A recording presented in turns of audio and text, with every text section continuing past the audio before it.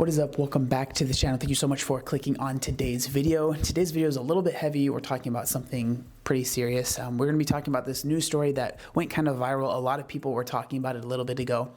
When I first saw it, I wasn't sure if I wanted to talk about it, but I kind of decided that I think it's something that I should kind of share my thoughts and how I feel about it. So the news article that kind of went viral is titled 850-pound Cudahy woman dies, funeral arrangements are challenging. So basically what had happened was this woman died, and it was really, really hard for the county and people to basically get her out of the house, get her cremated, make it possible for her to have an actual funeral. Like, it was a really, really difficult endeavor, and it took literal days for this to happen. And the mom had to basically sit with her daughter that had passed away in the house for, I think, a few days. It was obviously, that's something that no mother, I'm assuming, wants to go through.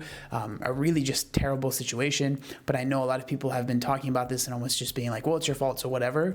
And I guess I can understand where people are coming from with that. I think that there's obviously more to the story, and I think there's ways that you can talk about this with a little bit more empathy and not just be like, well, you shouldn't have been fat, you know, LOL, it's your fault.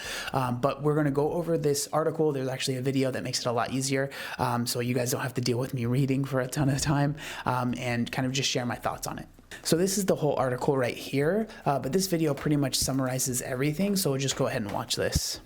Only on Fox 6, Dignity in Death. The Cudahy mother is sharing her story after her daughter died. She suffered from morbid obesity, and because of her weight, getting her to the proper funeral arrangements was nearly impossible. Christina Van Zels talked with the mother, who says it took nearly a day to get her daughter out of their home.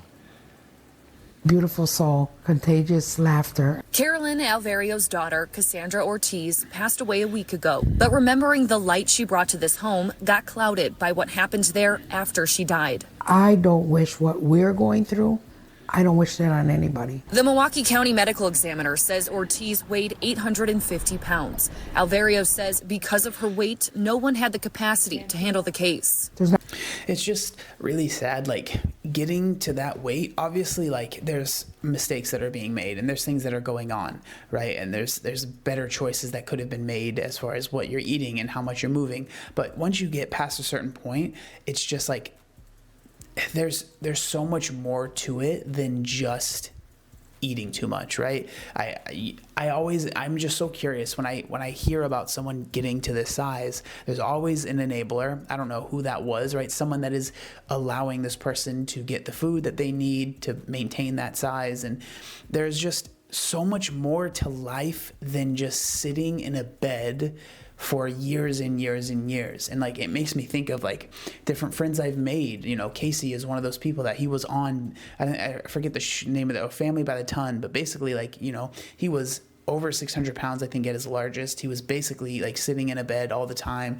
Like, his life was so limited based on what he could do, but because he found the right help and people that were able to help him through that, and obviously through hard work that he did himself, like, I'm not discrediting that at all, but through all of the help that he had with his family and his, you know, that's just the support system that he ended up having, and the show, to be honest, right?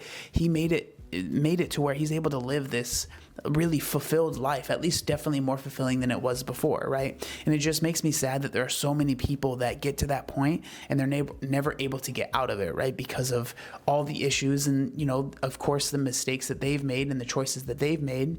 I think that those ones are obvious, right? But there's so much more to it than just the fact that she was eating too many, you know, Oreos or whatever, right? There's more to it than that. And so regardless of how you might think it's like, LOL, fatty, it's your fault, there's more to it than that. And I think trying to think about those things is more helpful than just making fun of this person that passed away, right? And I mean, I can only imagine how it feels for the mother having to sit in the house with your, you know, your passed away daughter in the same house as you for hours and hours and hours, and people literally cannot even get her out of the house. Not a funeral home that would take her. It took nearly 12 hours to move Ortiz out of the home. To walk in that room and just keep seeing her there. And it's like, oh my God, When are they going to get my baby out of here? They need to get her out of here. The owner at Church and Chapel Funeral Home, Ted Larson, wanted to help. The Cudahy Fire and Police Department and Larson's team eventually moved Ortiz. There were at times 20, 30 people in this house trying to help this family address this situation. Larson said, and I think that stuff like this is important to talk about, right? Because if anything, hopefully it's someone maybe that is in a similar position. It makes them realize like how much, when you are that size, how much it's not just affecting you, but it affects so many other people as well. And like, I just hope that that encourages people to maybe like, you know, try and move more, try and get some help, right? Because there's so many more people that it's affecting than just you. And it's just, stories like this always kind of hit me hard because like I've talked about this before, but I remember when I was at my heaviest, like one of my genuine fears that I had was ending up in this position, like ending up like having a serious medical condition and being so large that I literally couldn't get out of my house, that I had to be airlifted. Now, is that ridiculous for me to have felt that way? Maybe, right? Maybe that's a little like over the top. I think it's part of my anxiety and just I overthink about things. But like this was like, so when I hear stories like this, it just is like, it's almost like I get teleported back to me at my heaviest and I think about these anxieties that I had. And again, mind you, I was only 20 years old, right? I was really young, having these fears of death already when I was literally basically a child still, right? And so these stories always really hit me pretty hard because I remember having these genuine fears that like eventually that's going to be me at some point. And so it's just sad that it really does end up happening to people. And I know that it's easy to see this and just be like, well, you should have just figured it out. But when I see this, I just think of what this person was going through for years and years and years to get to that point, and how many mistakes must have happened in so many just different, how they fell through the cracks in so many different ways to get to that point. It's just really sad to me to see. Says there isn't a crematory in the Milwaukee metro area large enough. Ortiz had to be transferred to Illinois. But because the fire department was called to a fire, Ortiz remained in that van overnight for safety reasons. Myself and my colleagues were not capable to take her from our van and to put her onto any type of table that could be large enough to accommodate her. With her having sat so long in the bed and having sat so long in the van, even if we wanted to, we couldn't do a funeral. Alvario urges other families to pre-plan arrangements. She wants the state of Wisconsin to have a protocol for situations like her daughter's. So, and like I see that and I can understand maybe they're wanting to be a protocol, but the reality of the matter is that there's not that many people that get to that size. And so like expecting there to be some sort of special protocol is just, I feel like that's not really realistic. It doesn't change the fact that it's really sad, and I can understand feeling like, you know, it's like they need to figure this out because you feel very emotional about it when it's happening to you. But if you look at the grand scheme of things, like there's just not that many people that are going to get to that size where they're going to need all of that extra care. And so I don't see something like massive changing because of this specific situation, right? Something's got to be put in place. So no family has to deal with the challenge during an already difficult time. Christina Van Zelst, Fox 6 News.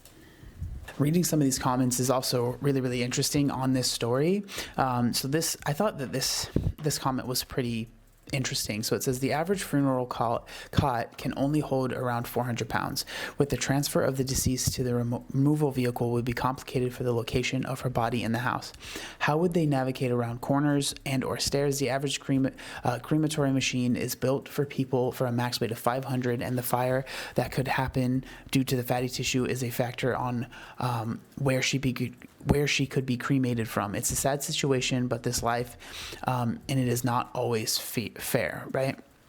And then this comment as well. Years ago, we had a morbidly obese woman in the ER who died.